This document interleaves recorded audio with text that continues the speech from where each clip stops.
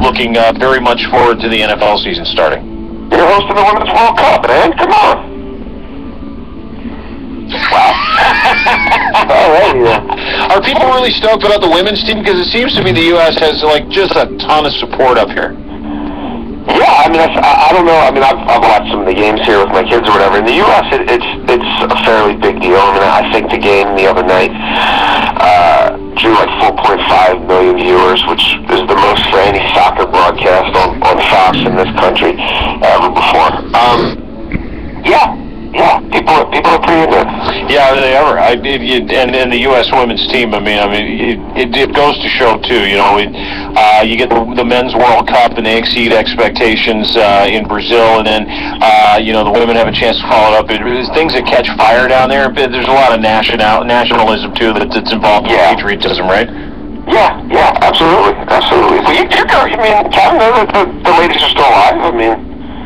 Sort of. I don't want to say they backed into it, but they backed into the first place in their group. They didn't play real well. But what the heck? You know, they won it. We'll see. Go to the knockout rounds. There's did you see that Japan played like Ecuador yesterday in Winnipeg? There was literally 84 people in the stands. Awful. I can't believe they're playing at the Olympic Stadium in Montreal too. A crumbling facility. Jay, you and everyone else missed that one.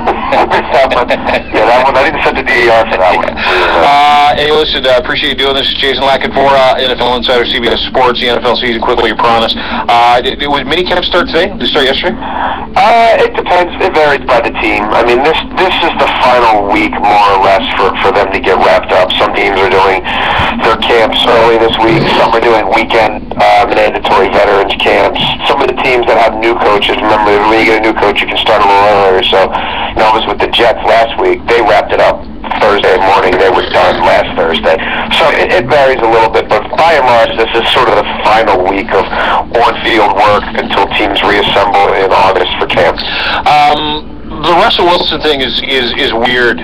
Specifically, if you watched him go to a couple of championships, he won a championship. He's by and large maybe had the most successful 3-4 years in the NFL that anybody's had ever, and still can't come to an agreement with Seattle. Yeah, this has kind of been trending this way really since the Combine back in February when I kind of first went in on it and said, everybody was just assuming that this is going to be done, and who's just sort of pontificating that this is close, they don't really know what they're talking about, because his evaluation of himself and sort of exactly how much the Seahawks are going to spend on him right now, there's a pretty big chasm there, and his camp is one that's not worried about necessarily getting paid right now.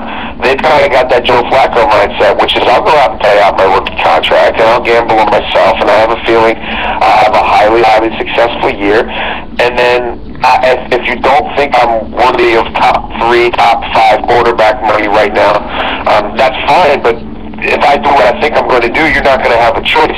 Come February, you're going to have to put that exclusive rights franchise tag on me, and that could be $25 million, and then you'd have to give me 30-something the year after that. So I'm willing to go year to year for that kind of money. And if you want to take me off the year-to-year rotation, then I want record-setting guarantees, because I've set records, and that's sort of where this thing sits, and they obviously like him a lot, but they don't necessarily look at him maybe the way that they would look at an Aaron Rodgers or a Drew Brees or a Peyton Manning or a Tom Brady, or even a Ben Roethlisberger. So there this thing sits, and I believe it'll continue to sit for a few more weeks, at which point Russell Wilson's agent will say, you know what, we're cutting off talks, we're going to focus on the season, and you guys can franchise us after the year and do whatever you want to do.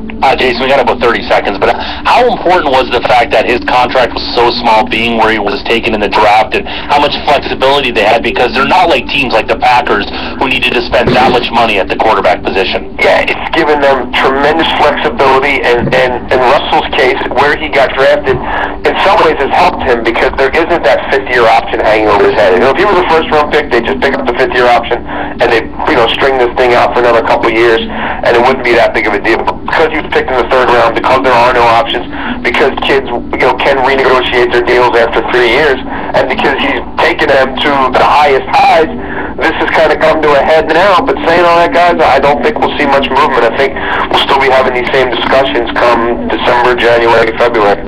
Is it his body of work that he say? Because I've heard two things. A, he wants like unbelievable guarantees. He wants huge guarantees. But is his body of work too? I mean, his body of work is pretty spectacular. But I've heard Seattle has said, hey, listen, it's not 5-6 years. We need to see that before we give you that kind of guarantee.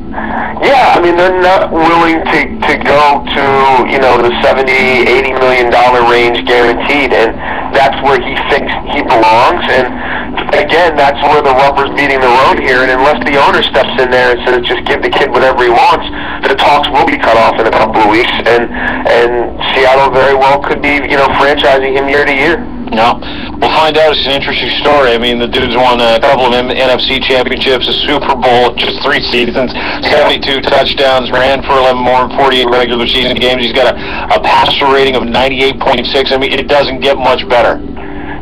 No, it doesn't. And, they've spent a lot of their other money elsewhere. And look, I think they'll take care of Bobby Wagner. I think Bobby Wagner will be making more than $10 million a year, and Russell Wilson will be playing out this year for 1.5. Well, good thing he makes money other ways too, right?